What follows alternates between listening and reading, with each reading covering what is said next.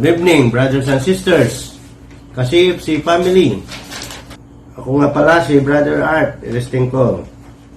At ako naman po si Sister Emelda Iristingko ng mga Dam Chapter Sector 2. Isang mapagpalang gabi po sa ating lahat. Narito na naman po tayo para sa ating teaching night, kung saan makakarinig naman po tayo ng mga mensahe ng Diyos na magiging gabay at paalala sa atin para mas lalo tayong maging isang mabuting Kristiyano. Ngayong gabi, narito na naman tayo para umattend nitong CPR Teaching Night. We are now on third talk on this CPR teaching. Alam niyo ba mga kapatid, supposed to be ito po ay last week pa sana pero napuspon. Bakit po napuspon? Of some many reasons. Busy po tayong lahat, tayong Pangasinan CFC dahil po sa preparasyon ng ating CFC Pangasinan anniversary na gaganapin itong October 8 dito sa Lingayen. So mga kapatid, huwag nating sayangin ang pagkakataon na tayo po ay makadalo. Alam po natin na halos 2 taon na hindi po tayo nakalabas, wala pong face to face. So ngayon, pagkakataon na tayo po ay makapagkita-kitang muli ng buong Pangasinan. So, we are grateful dahil po ang Panginoong Diyos ay binibigyan po tayo ng tuloy-tuloy na blessing. Tayo po ay buhay na buhay, malakas na malakas, physically, mentally, spiritually, and emotionally. So, mga kapatid, punta po tayo dahil ibigay po natin ang lahat-lahat sa ating Panginoon para po siya ay matuwa para sa atin. Punta po tayo sa anniversary. So, mabalik po tayo sa ating teaching night. Ito po ay talagang napakaganda dahil dito ating malalaman kung ano po ang dapat nating gawin, lalong-lalo na po sa ating pananalita.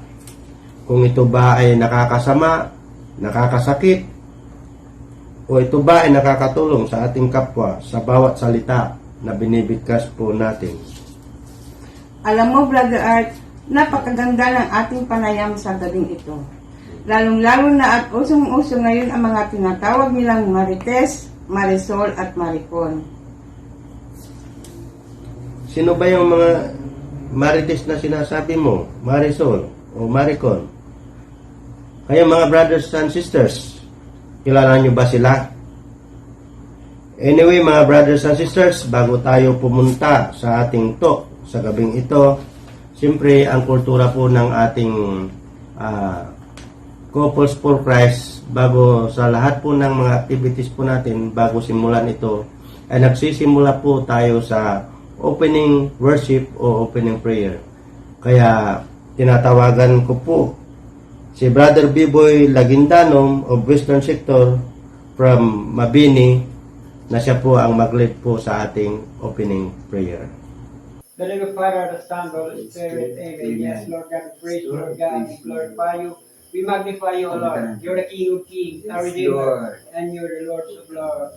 You're the Messiah, and you are the big healer, Lord God.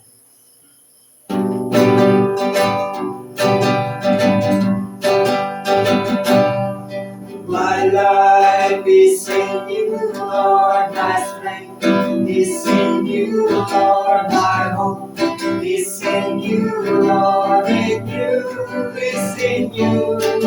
My life is in you, Lord, my strength is in you, Lord, my hope is in you, Lord, in you is in you. I will praise you with all of my life. I will praise you with all of my strength, with all of my life, with all of my strength, all of my hope is in you. My life is in you, Lord, my strength is in you, Lord, my hope is in you, Lord, in you is in you. My life is in you, Lord, my strength is in Lord, my hope is in you, Lord, in you is in you. I will praise you in all of my life. I will praise you in all of my strength. In all of my life, in all of my strength, all of my hope is in you. My life is in you, Lord, my strength is in you, Lord, my hope is in you, Lord, in you is in you. My life is in you, Lord, my strength is in you, Lord, my hope is in you, Lord, in you is in you. In you is in you. In you is in you. Is in you. Yes, Lord God, praise you, Lord God. We magnify you, Lord God. You're a great provider. You're a great shepherd. Yes, Lord God, we thank you, Lord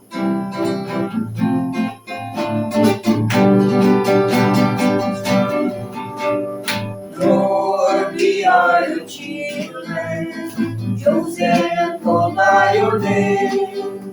With one heart and purpose we gather to glorify you and proclaim that you, Lord, are a sure foundation.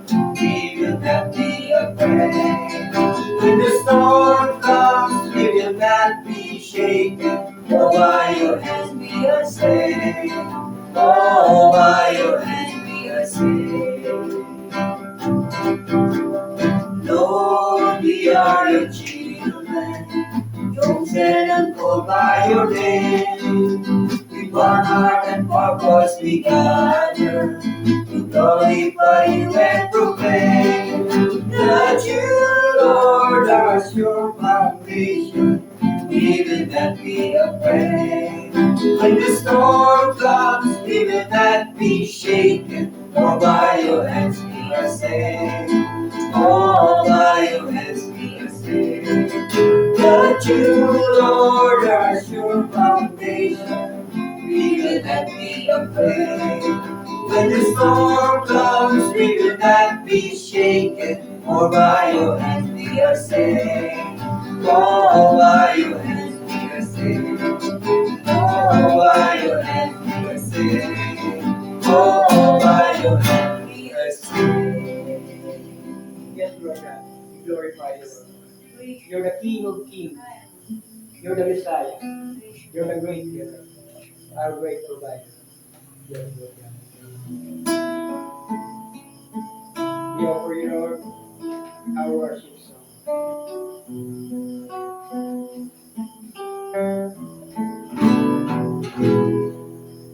Holy,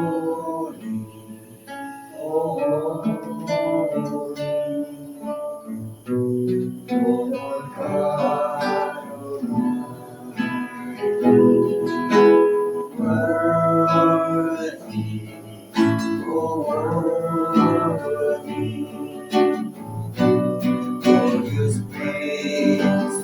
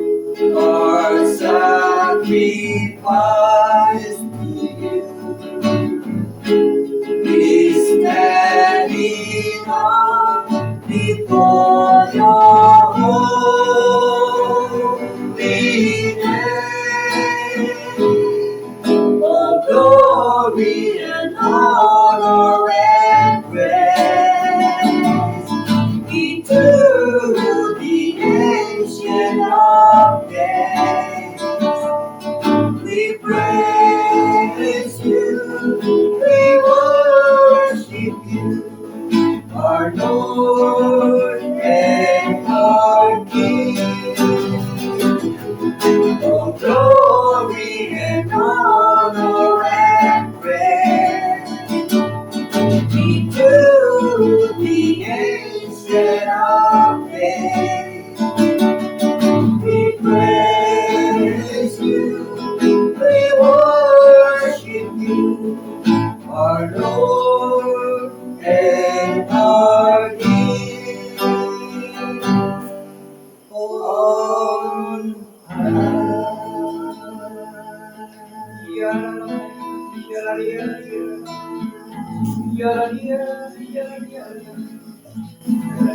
Praise you. Yes, Lord God. Yes, Lord God, we praise you and thank you, Lord, sa lahat po ng mga answered prayer po namin. We praise you and thank you, Lord, sa magandang kalusugan po namin. We praise you and thank you sa mabuting panahon na aming natanggap ng Lord God. We praise you and thank you for all the blessings and graces sa lahat po ng mga kasapi namin, mga pamilya Panginoon na nasa mabuting kalagayan. We praise you and thank you dahil araw-araw nandun ka na gumagabay sa amin. yes, Lord. We praise you and thank you, Lord, dahil sa ganitong paraan, nagkakatipon kami ng aming mga kapatid sa CFC, Lord God. We praise you and thank you sa lahat ng biyaya, Panginoon. For all of this, Lord God, we praise you and thank you. Yes, Lord. We praise you and thank you. Lord, tinatas din namin sa Panginoon ang paggabay mo sa bawat isa, Panginoon. Gabayan mo po ang bawat isa, bawat pamilya, lalong-lalo na ang community ng Couples for Christ, Panginoon. Gawad mo sa amin ang proteksyon araw-araw, Lord. Sa lahat po ng aming mga kapamilya, malayo man sa amin, nasa ibang lugar, Panginoon. Gabayan mo sila, basbasan, Panginoon. Lahat po ng ministry ng Focus Program. Ganun din po, Panginoon. Ginawa. Gabayan mo rin ang mga kapatid namin na may karamdaman. Panginoon, heal them, Lord God, with your power, with your Holy Spirit, Panginoon. At ganoon din po, Panginoon, nabigyan mo ang bawat isa ng magandang kalusugan, Panginoon. Lalo-lalo na ang mga kapatid namin na malayo sa amin, Panginoon. Yung mga kapatid namin na may karamdaman, ibigay mo ang mabuting kalusugan, Panginoon. Gamutin mo sila, Panginoon, sa mga karamdaman namin, Panginoon. At gano'n din po, Panginoon, itinatas namin sa iyo. Narawa ang banal na Espiritu nawa ang magbigay ng galing, ng wisdom, ng knowledge ng bawat isa. Tinatas din namin, Panginoon, ang mga elders namin sa CFC na nakagabayan sila at bigyan ng mabuting kalusugan. For all of this, Lord God, hear our prayer. Yes, Lord, hear our prayer.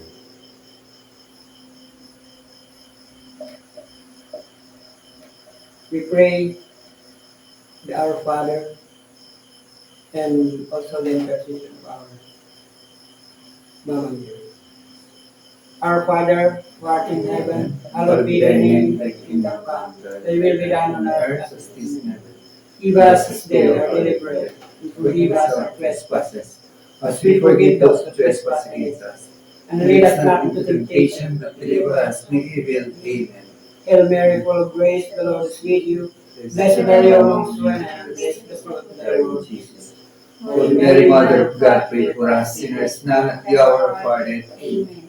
Glory be to the Father, to the Son, to the Holy Spirit, as it was in the beginning, is now, and ever shall be, world without end. Amen. In the name of the Father, and of the Son, and the Holy Spirit. Amen. Thank you very much, Western Sector, and to Brother Biboy Laguintanong for the very inspiring and full of spiritually opening worship. As we are grateful because we are so blessed, all of us, all our CFC family, God has given us continuous blessings, physically, mentally, spiritually, and emotionally. He continues giving us His unconditional love. So let's give all our best to please God, to be obedient to Him. So thank you and praise you, O Lord God. Ngayon po, brothers and sisters, nais po naming bigyan kayo ng counting review o kaya pagsusulit. Mayroon pong premyo dito kung sino po yung makakasagot ng tama. O kaya maiksi lang pala na review natin para hindi na po umaba yung oras po natin. Alam po yung mga iba inaantok na po, pero nandyan si Lord. Ginikising po tayo dahil napaka-importante ng talk natin. Dahil dito natin malalaman, magkakaroon po tayo ng kaalaman kung ano po yung mga dapat natin gawin sa talk na ito. So, sa talk number 1, ano ang topic natin sa talk number 1?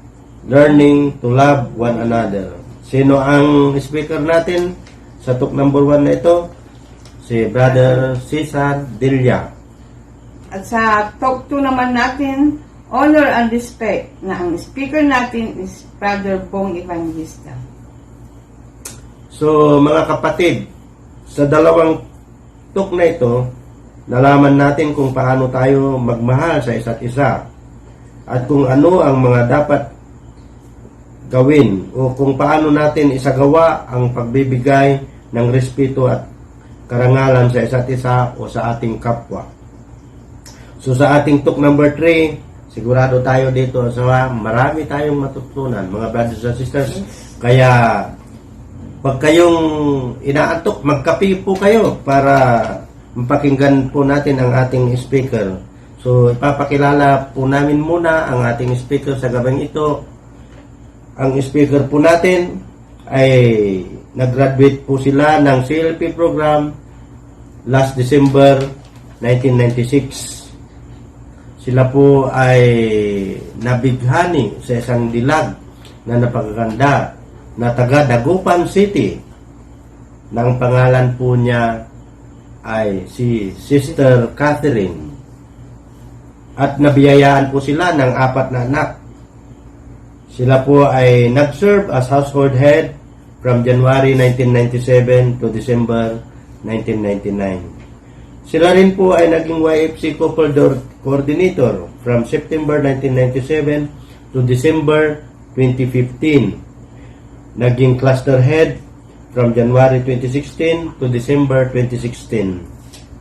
Sector head naman po sila from January 2017 to December 2017.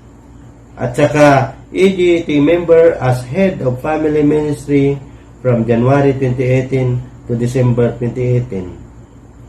As a provincial area director from January 2019 to August 2022. So, mga brothers and sisters, nagagalak po naming ipakilala sa inyo ang ating speaker sa gabing ito. Walang iba, ang pinakamasipag, walang kapaguran sa pagsiserbi sa ating community, walang kapaguran sa pagsiserbi sa Lord kahit malayo ang kanyang binabiyahe, balikan po siya, walang pagod sa pagmamaneho. Talagang siya ay malakas na malakas dahil kay Lord. So nandito siya ngayon na atin pong maging speaker, walang iba kundi si Brother Gerry Montero. Take it away, bro. Good evening, brothers and sisters. Masantos, yalabi, itsikatayon amin. Naimbag nga rabi kakabsat. We are now in talk number 3 of our Christian Personal Relationships o CPR.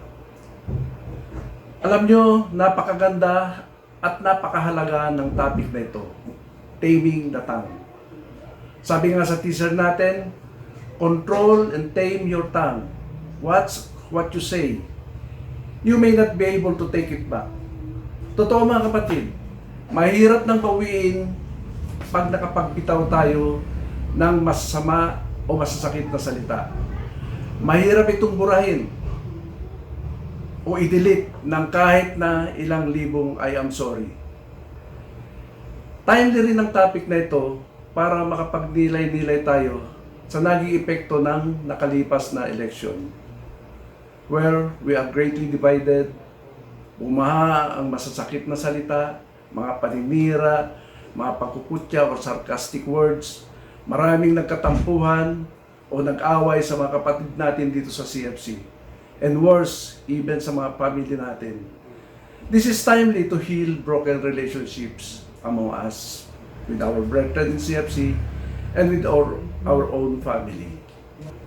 So, mga kapatid, sa pag-uumpisa natin, basahin po natin ang ating anchor verse para sa talk na ito.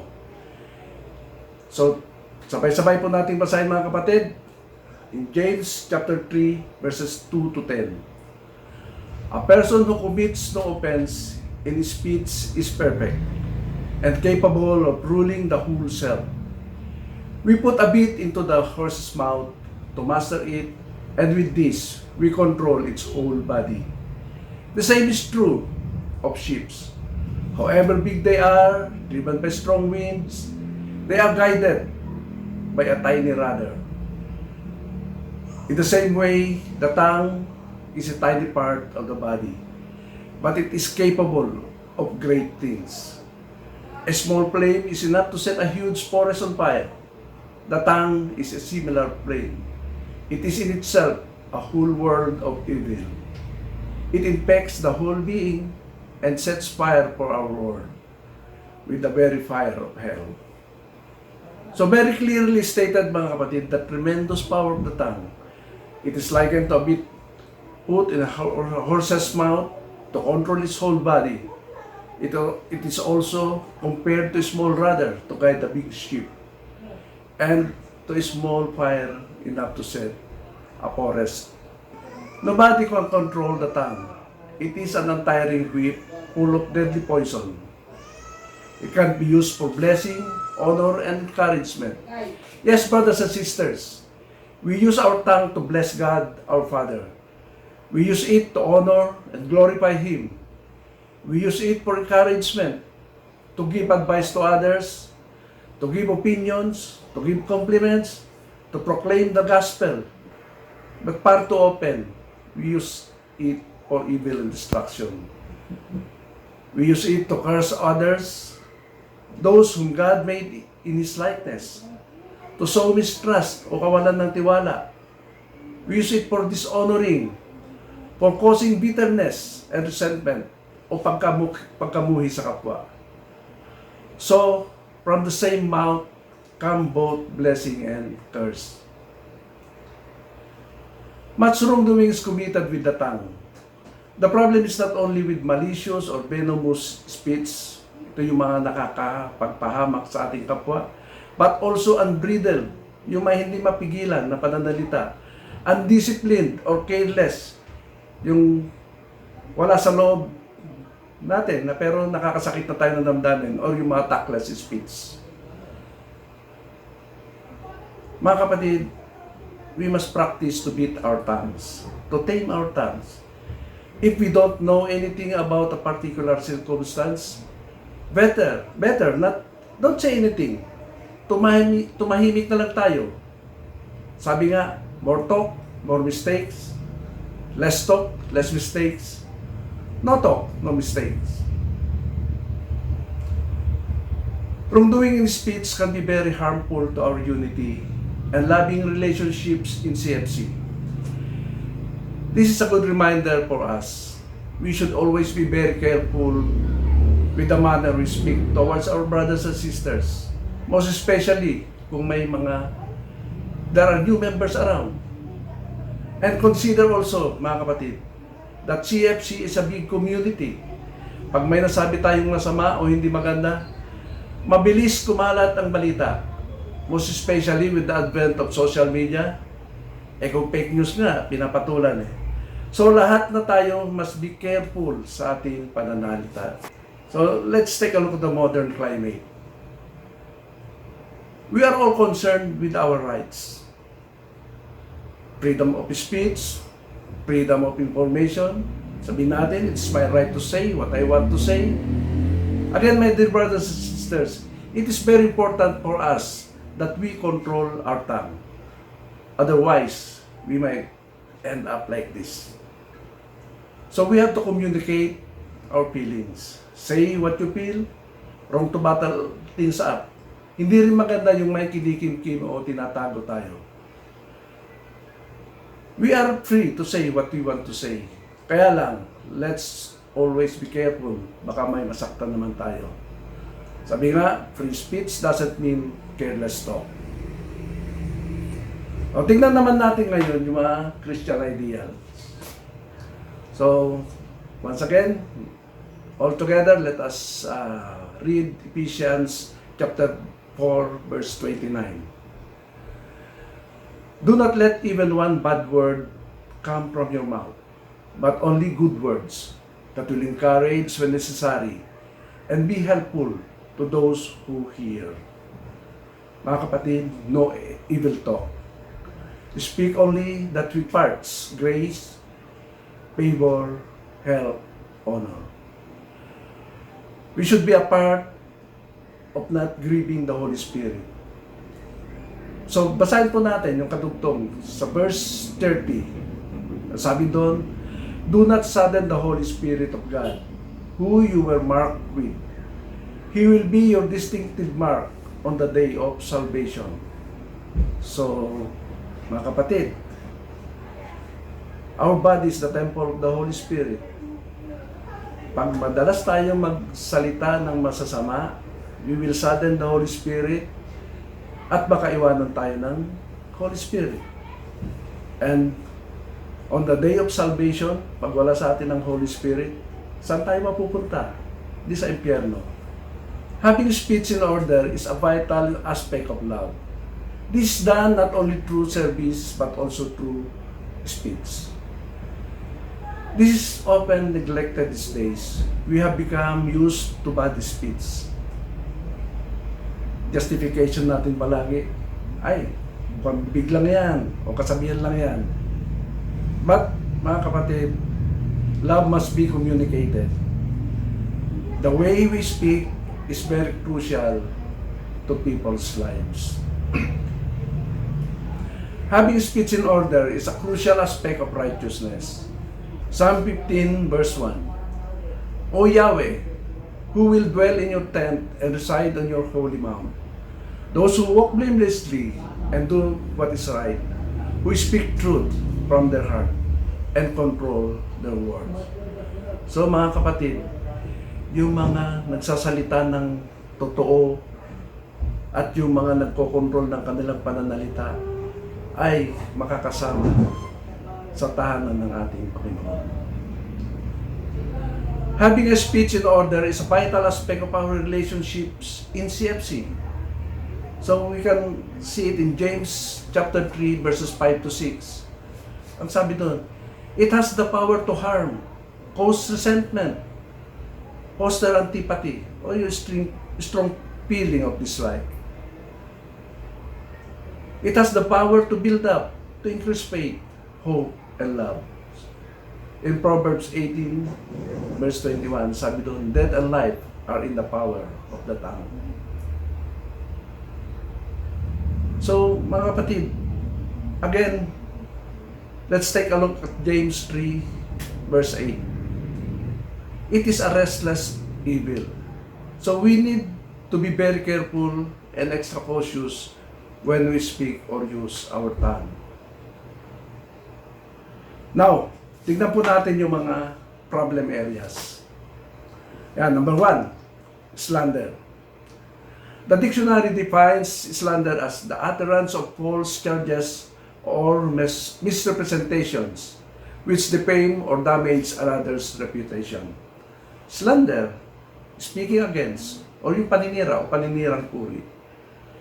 But in Scripture, the focus is less on the truth or the falsehood of the charge, but more on the appropriateness of making the charge.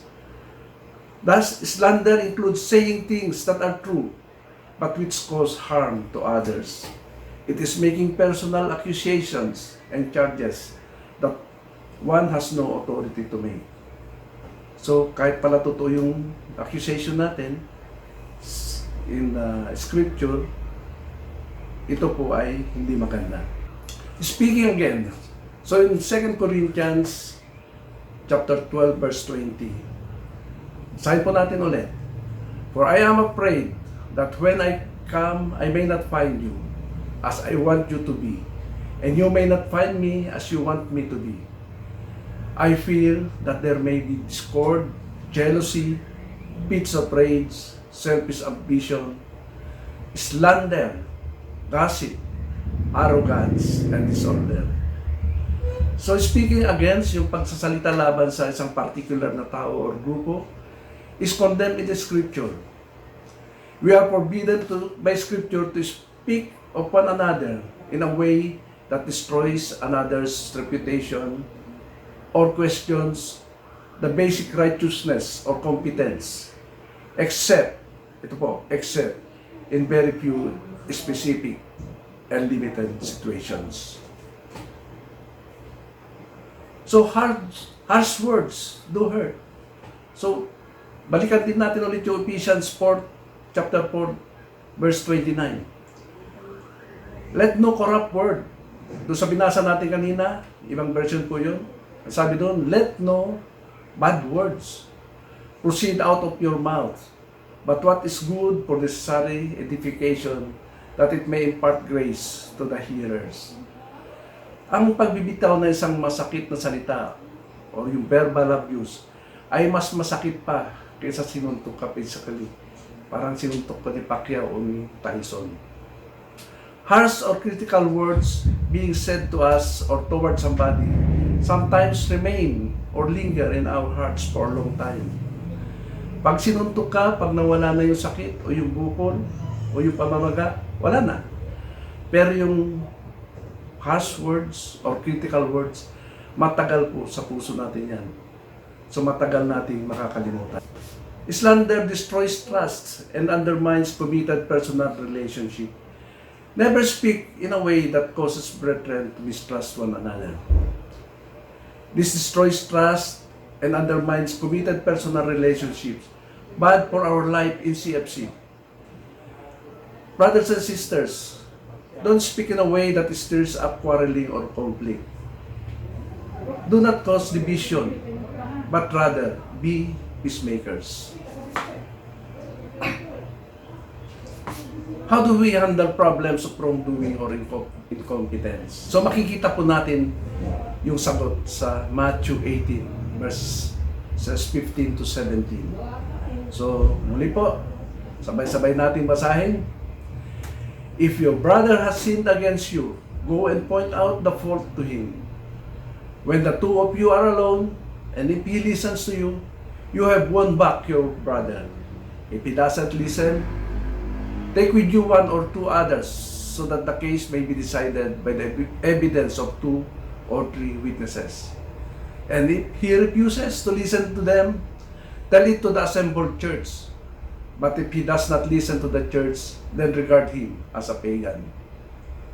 So yun po yung proper approach to handle problems if somebody, a brother or a sister has gone astray.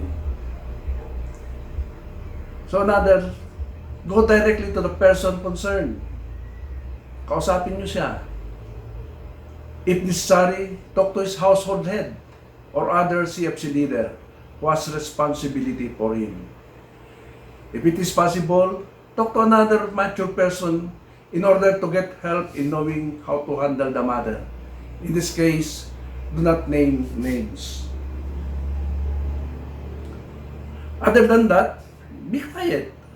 If we are not directly involved in a conversation or in that certain misunderstanding, huwag na po tayong makialam o makisawsaw. Baka lalo pang lumaki yung problema. Now, there are exceptions to the general rule of not speaking against. Una po, when we reprove people. So makikita po natin sa Luke 17 verse 3.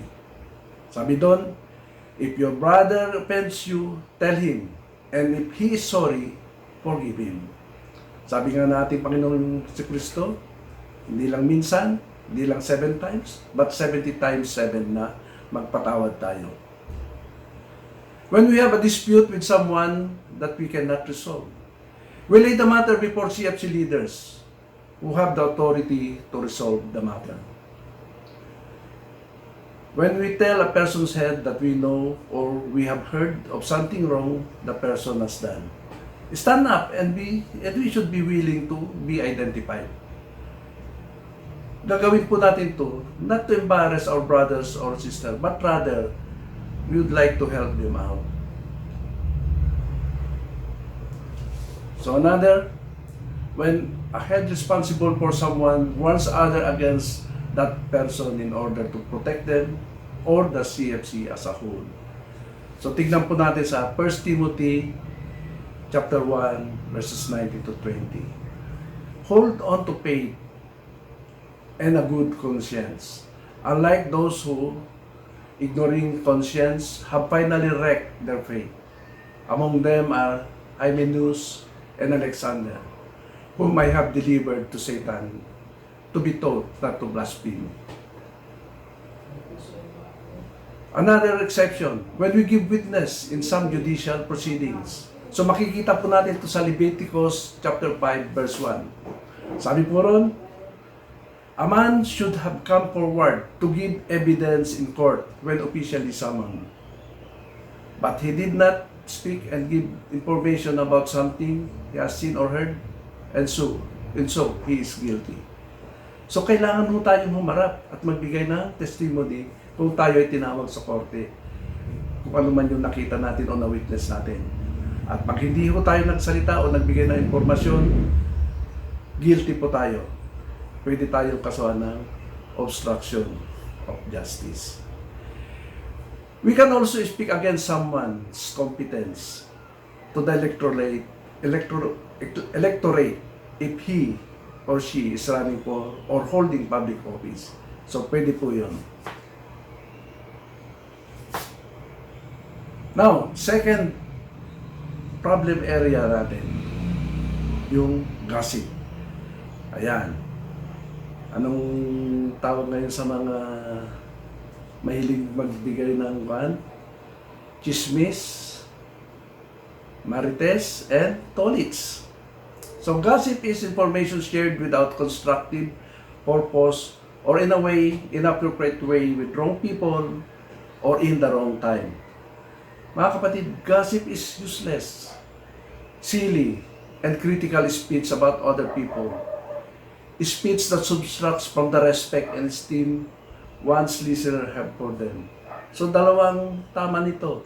Yung nagkakalat ng chismis at saka yung kinichismis. So para silang nababawas yung respeto nung nakakakinig sa kanila. Ito, tingnan natin yung mga fun facts, sabi nga. Medyo konting fun lang. Light moment. Sa isang survey daw, ito pong lumabas. Actually, it's not survey, it's a research.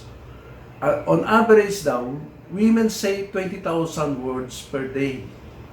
So, mas maraming salita. Men manage just over 7,000. Almost times 3, mga kapatid. But,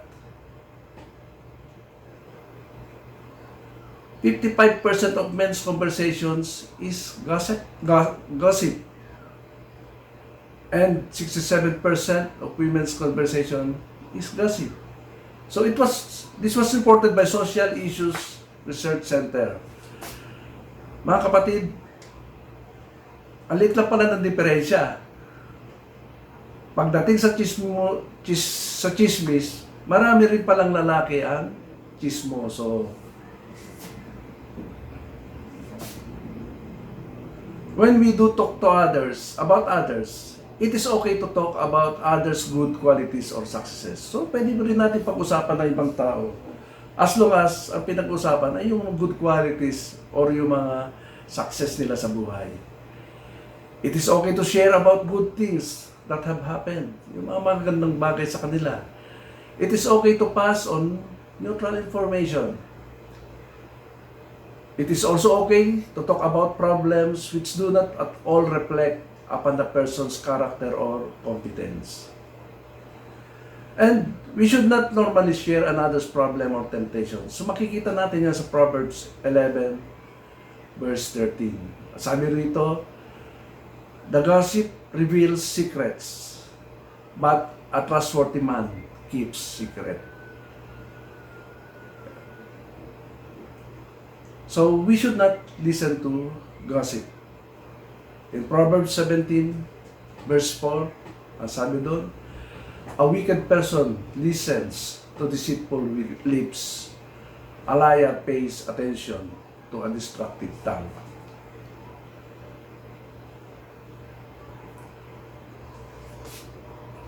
Now mga kapatid, we are called to live in the light with one another. So once again, basahin po natin Ephesians chapter 5 verses 18 to 13. For you were once darkness, but now you are light in the Lord. Live as a children of light, for the fruit of the light consists in all goodness, righteousness, and truth. And find out what pleases the Lord. Have nothing to do with the fruitless deeds of darkness, but rather expose them. It is shameful even to mention what the disobedient do in secret. But everything exposed by the light becomes visible, and everything that is illuminated becomes alive.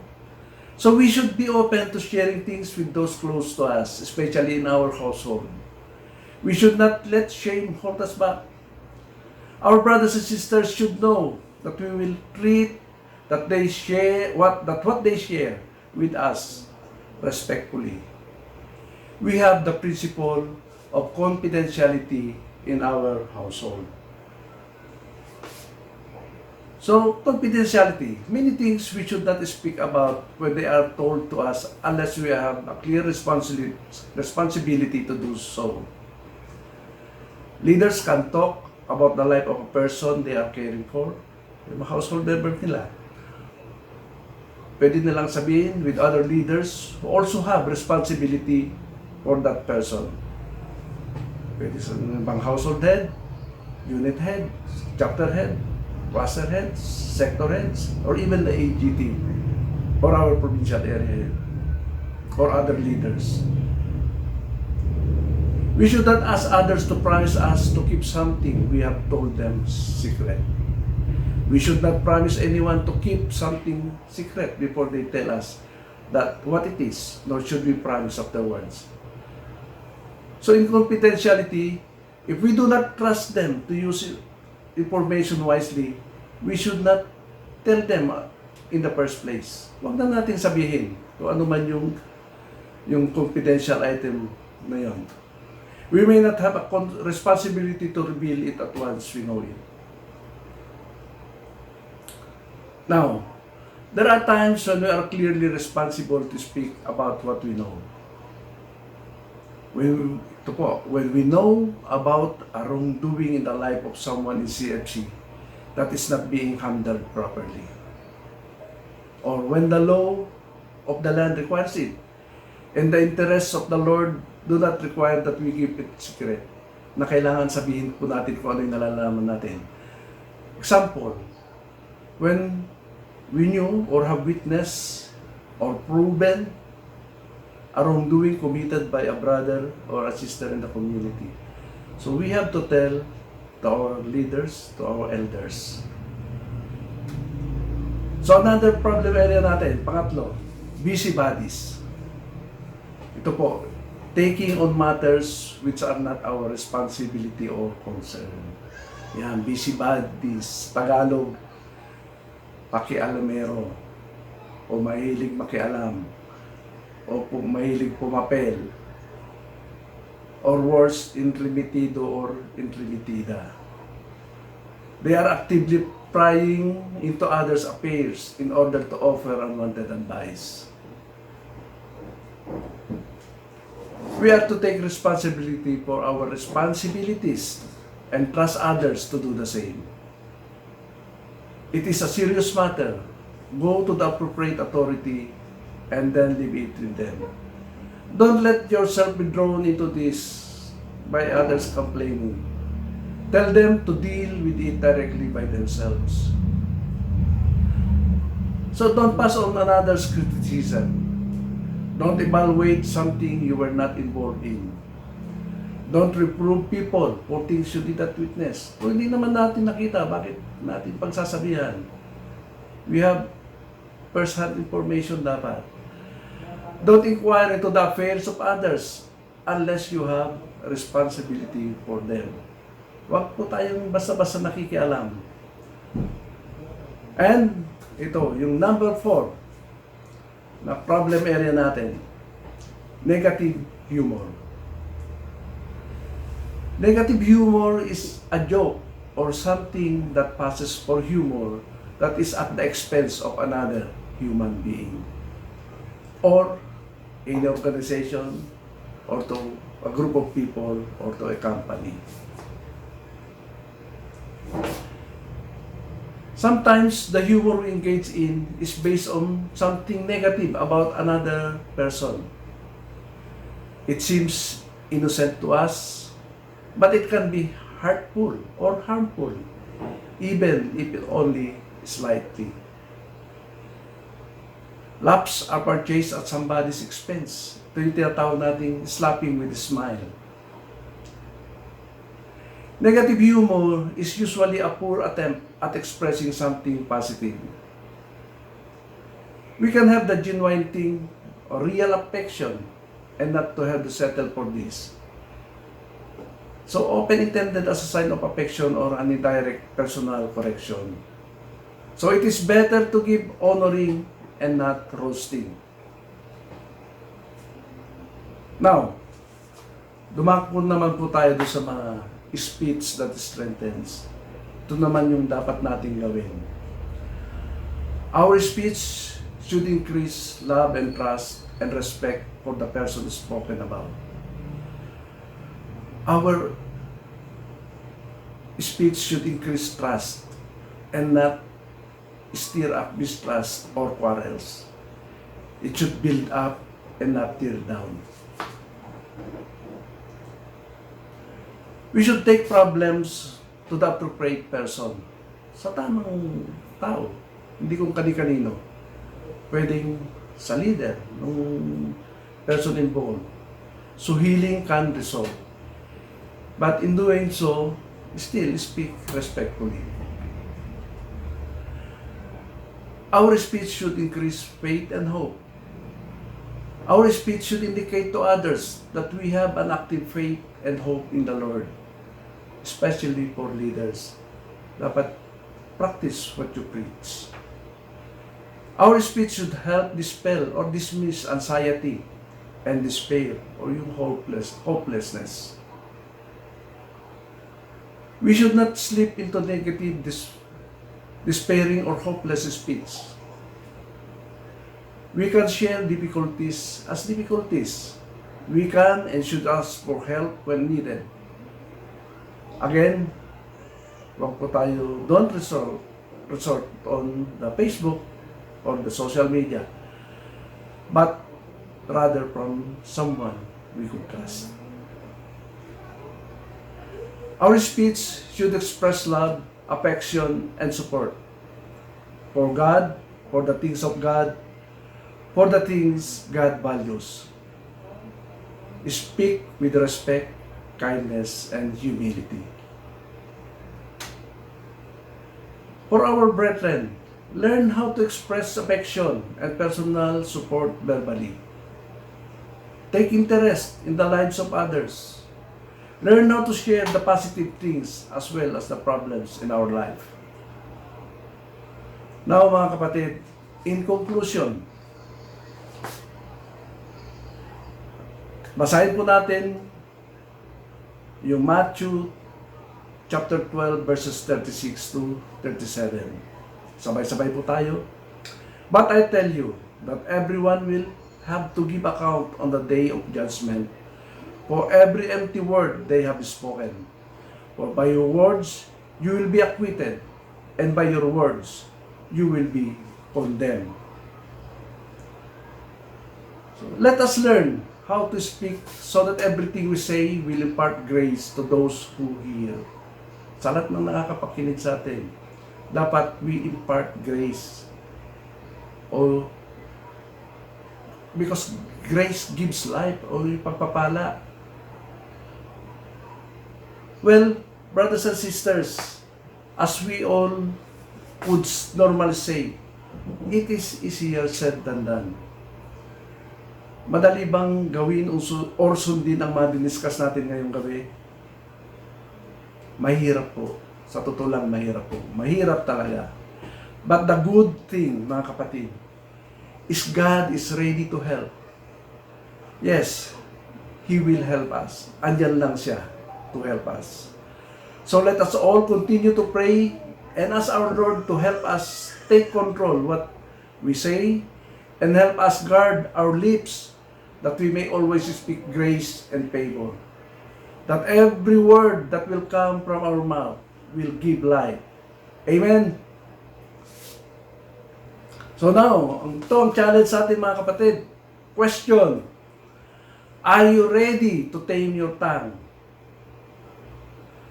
Muli, brothers and sisters, magandang gabi. May God be praised.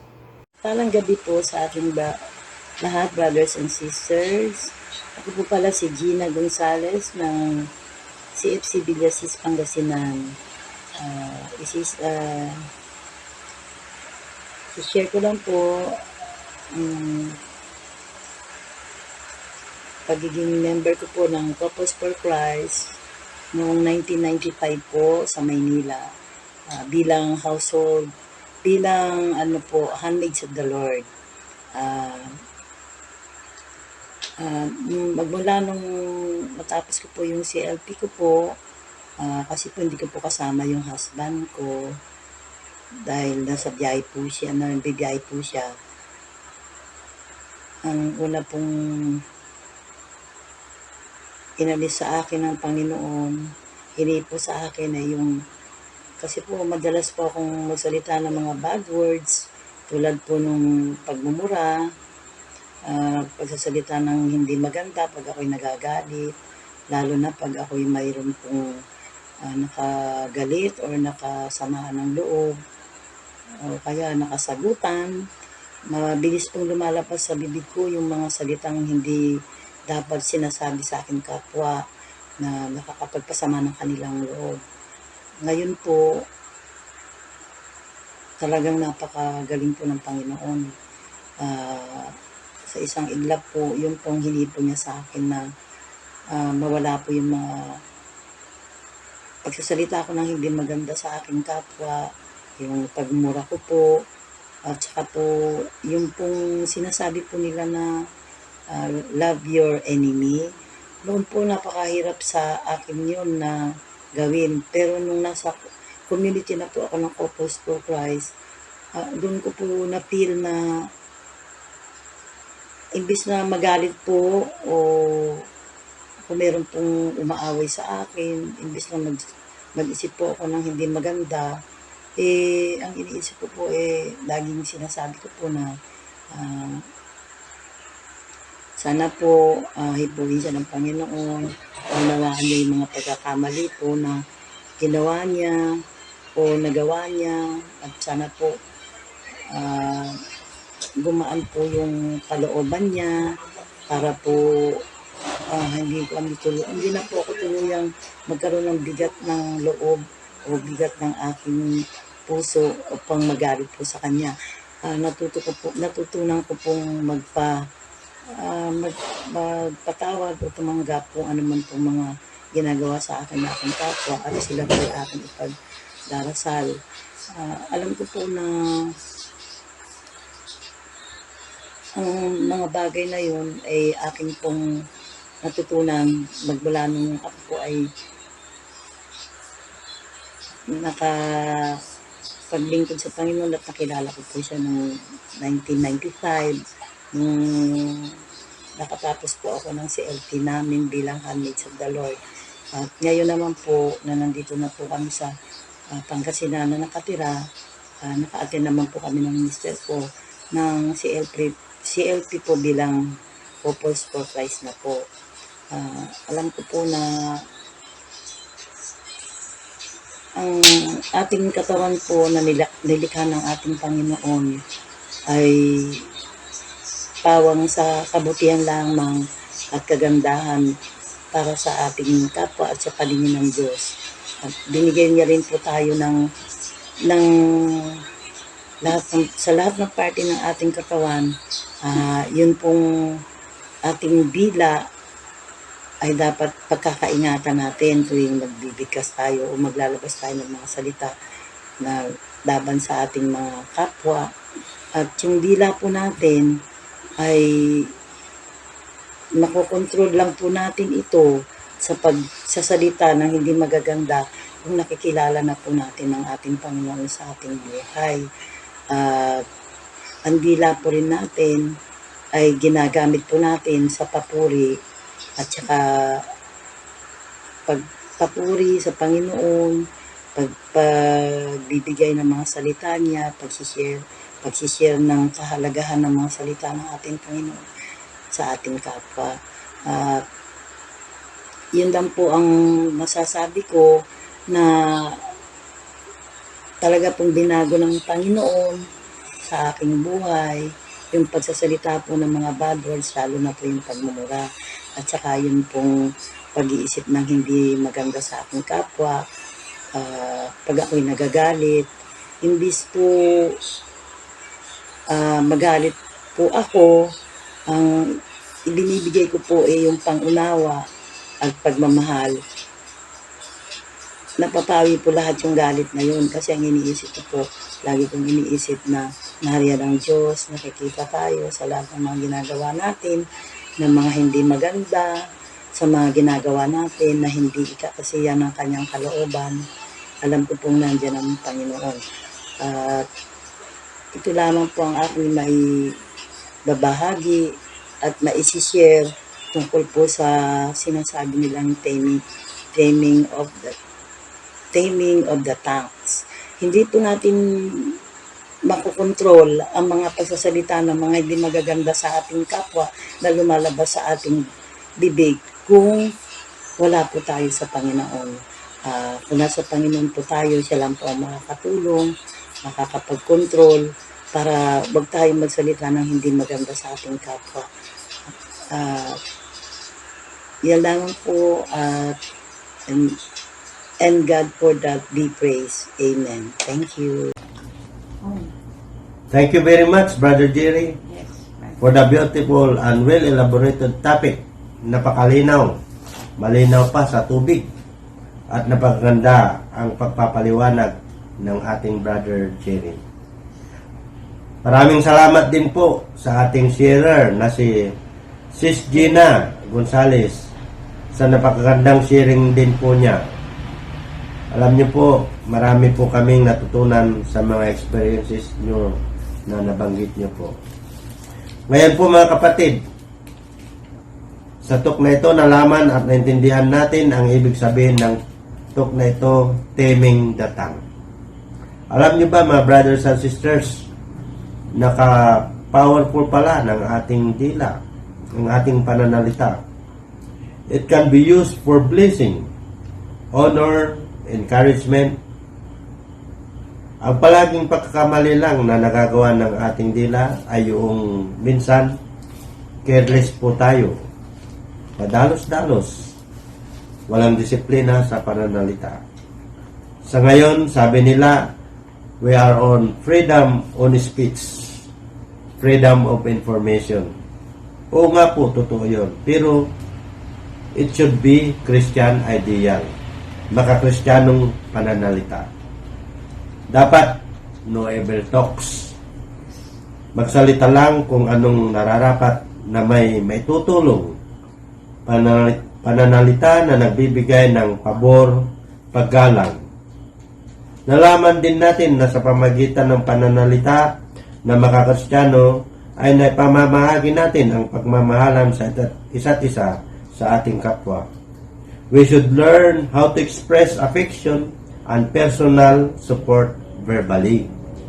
We should learn how to share the positive things as well as the problems in our life. We should take interest in the lives of others. Sabi nga sa Biblia from Matthew 12 verses 36 to 37, sabi niya dito, tandaan ninyo sa araw ng paghuhukom, pananagutan ng tao ang bawat walang kabuluhang salitang sinabi niya. Pawawalang sala ka o paparusahan batay sa iyong mga salita. Kaya mga kapatid, dapat pala matuto tayo kung paano magsalita na sa lahat ng ating sasabihin ay may pamahagi natin ang grasya at blessings sa mga nakakarinig. So, mga kapatid, malapit na po tayong matapos. Magpo-closing prayer na po tayo. So, gusto po naming ipakilala ang ating kapatid, ang ating brother na magbibigay po ng closing prayer sa teaching night na ito, ang CPR teaching night. Ang cluster head ng Malasiki ng Sector 1, walang iba na si Brother Danny Agustin. Once again, good evening, brothers and sisters. Let us bow our heads and feel the presence of the Lord. In the Father, the Son, the Holy Spirit. Amen. Heavenly Father, we give you praise and thank you, Almighty God, for being with us in this teaching night. Indeed, your loving presence tonight has ignited among us a deep sense of gratitude. Thank you, Lord, for sending our speaker tonight, Brother GERRY Montero, for a very substantial, comprehensive, and inspirational message about taming our tongues, and to the working committee who patiently made this teaching night possible and successful. May the message and the biblical verses we just heard tonight may sprinkle our faith and strengthen us, inspire us to serve you more and encourage us to be more faithful to you. May we instill in our hearts the wisdom and the knowledge we learned from this online teaching, and may we impart them in ourselves and inculcate to our families and in the CFC community. Continue to set us on fire, vibrant and courageous for the betterment of this community. May everything that we have come to realize through meaningful and fruitful discussion of important matters at hand anchor its completion in you, dear Father. We offer everything to you, dear God, especially as we strive for the fulfillment of our plans and goals.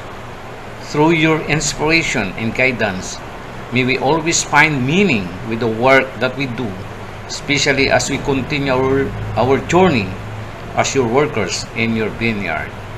Continue to pour out your bountiful blessings, graces, and miracles in order to pursue our dreams, our aspirations, and ambitions in life. Clothe us with your Holy Spirit and guide us in everything we do. We ask your blessings upon our endeavors and upon all present tonight. May your undying love and grace continue to guide us, to direct us, and lead us in everything we do today and in the future plans, programs, and activities of the CFC. May we also pray for the resounding success of the upcoming CFC Provincial anniversary comes October 8. May we also lift up to you, dear Lord, our CFC leaders, national leaders, our AGT team, the sector heads, our cluster heads, our unit heads, and household heads to continue to lead us, inspire us, and also the members of the community to remain faithful, committed, dedicated, and active servants.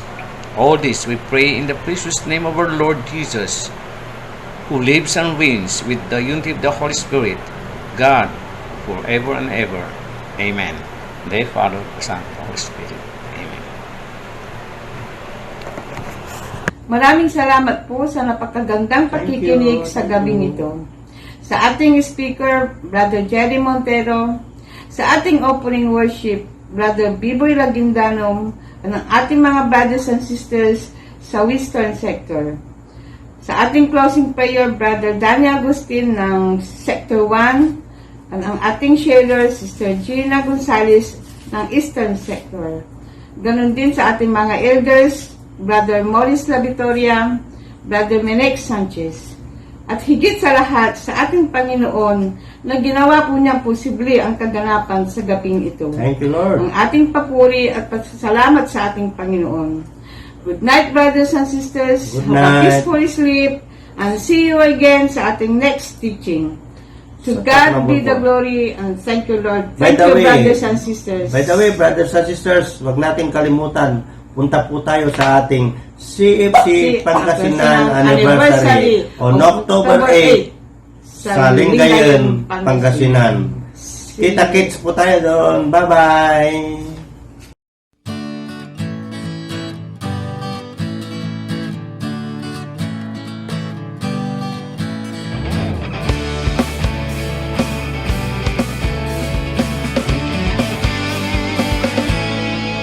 If my people were called by my name, will humble themselves and pray. If my people seek my face and turn from their wicked ways, then I will hear from heaven, and I will forgive their sins. Then I will hear from heaven and will heal their land. Christ, heal your people. Come and heal our land. Hear our prayer. Father, make us one. That every nation will know you alone are our hope. Save and forgive us, restore us, O Lord, and heal our land.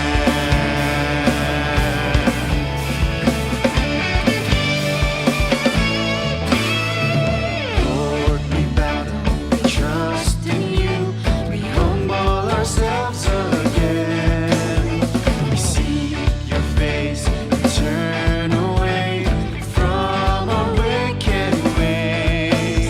May your healing hand be moved, may our hearts renewed. Grant us your mercy, O Lord, heal our land. Christ, heal your people. Come and heal our land. Hear our prayer. Father, make us one.